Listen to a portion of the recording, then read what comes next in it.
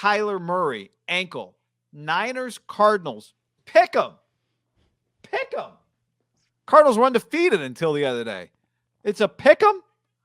And I think we got to view this game a lot like we viewed the Bears game now for the Niners. A game you got to win. A game that not only would hurt your playoff chances if you lose, but would look like a bad loss if you lose to the Kyler-less Cardinals.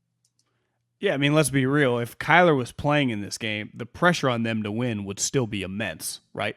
They've beat him before.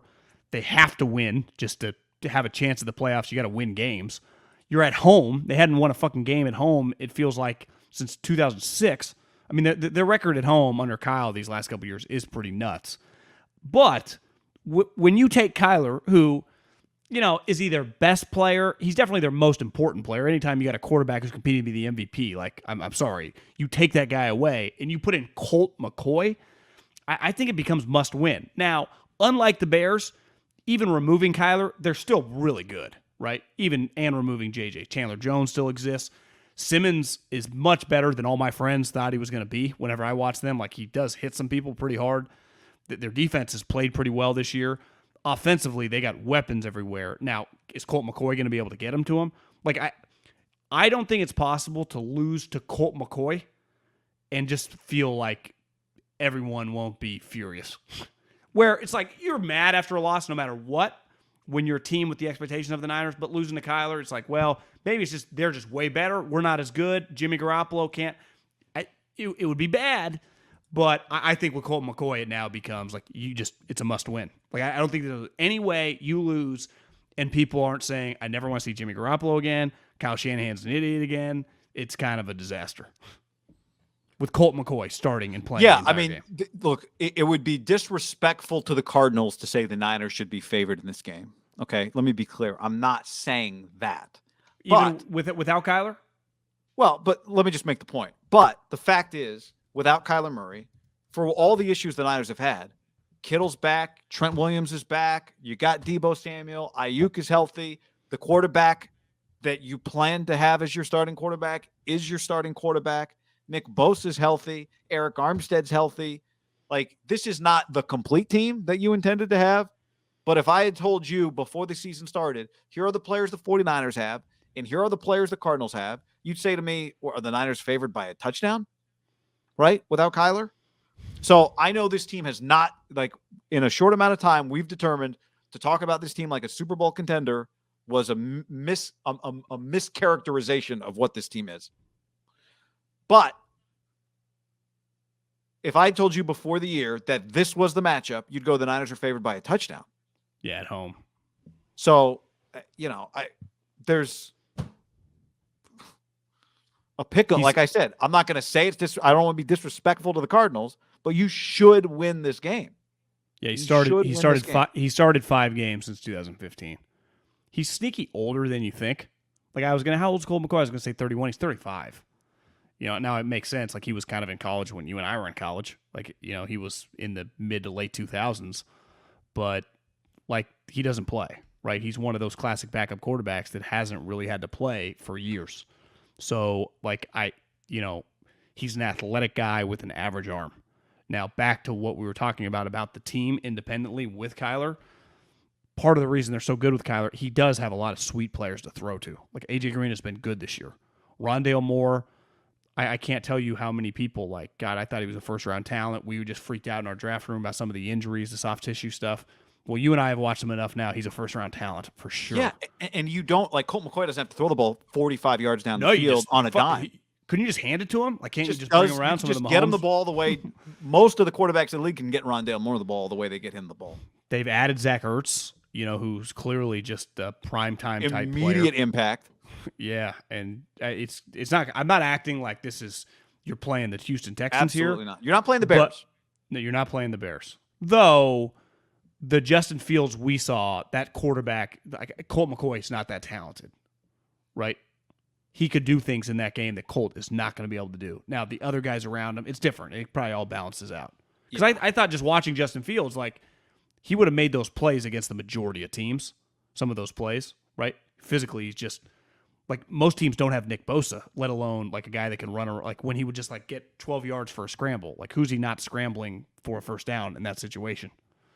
You know, that's where I think you got to find a way to no style points. This isn't like you can tell the Chiefs last night were like, we won, but we're not too happy.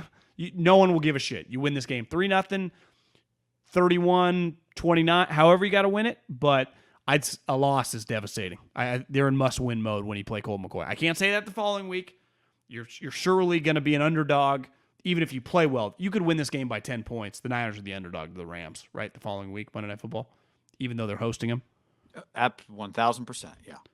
So, and by the time this, I don't think it's inconceivable as more information comes out as practice goes along. Like if they officially call Kyler out, by the time you're listening to this, Wednesday afternoon we'll get injury reports. But let's say on Thursday they go, listen, Kyler's going to be out this week. Next week is a new week. He's not out. We don't know any longer in this week, but he's officially out. I could see that line going to like -2, -3 Niners because Kyler by himself is probably worth a touch. You could justify like 10 points. What he's done to their team. I mean, right. Holy moly. Yeah. The Niners are catching MVP. a break here, even though, as we said, you don't apologize for breaks when you've led the league in injuries. No, but it's the Cardinals are second in the league in defensive yards per attempt. Now you can run the ball on them, and them losing JJ is a massive deal for the 49ers. We kicked McGlinchey's ass the last time they played. I said on the last pod, but part of this is like it just maybe allows Kittle to run some more routes, and you can throw him the ball instead of having to pass protect all the time. So I think you got to keep your fingers crossed. Like, I hope he's back, but like, are we 100% sure? Like, no, you're right. Play. For sure. And Hopkins, even if he's not 100%, is just he can just make plays, right? You see Elijah Mitchell's hurt. He might play this week, but he hurt his ribs in that game. He's getting pelted every play. He's a 49ers running back. It happens to every other one of them.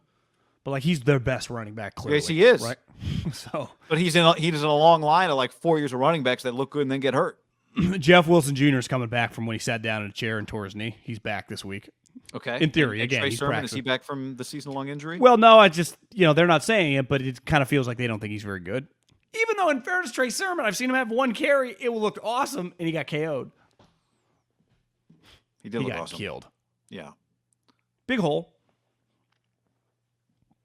They need him because they can run the ball. Now, yeah. You'd hate to have them find something with Elijah Mitchell and then lose it. But even if he's out, John, that's not going to change the way. It does change the way I look at them. But they should still win the football game. One question I have about the Niners, are they ever going to play any of their young guys this year? Like, are you just living with – and listen, Josh Norman – Ambry Thomas? Yeah, I'm just saying, like, is Josh Norman is he on scholarship this year because he's, like, tough? He can't run. He commits pass interferences at rapid rates. Creates turnovers. Again, I'm not against dressing him ago. And playing him sometimes, but like, are you just not just these guys are just redshirt years? This is where they're at. Seems a little nuts to me. It's not nuts if you missed on the pick. But how do you know you miss on the pick until the guy plays? Yeah, practice does tell you something. Well, they clearly think they're not even close to ready. Because they need them. When you're not ready, you're basically saying you're not good enough right now. Right. Like what those guys are in their minds, they're not good enough. And when you draft guys where they drafted them, awesome, opposite of awesome, awful. Because they have them at like running back and cornerback and offensive line. Like these are areas they could use to help, especially corner and running back. Yeah. So if they can't get on the field in these circumstances. Now, some coaches, this is what I always say, they're not always right. Like I can't just assume that they have evaluated the personnel. Well, someone's wrong along the way. Either they're not good enough, so you missed on the pick, or they should be playing and you're not playing them and you're missing on the opportunity. Weird. Bad.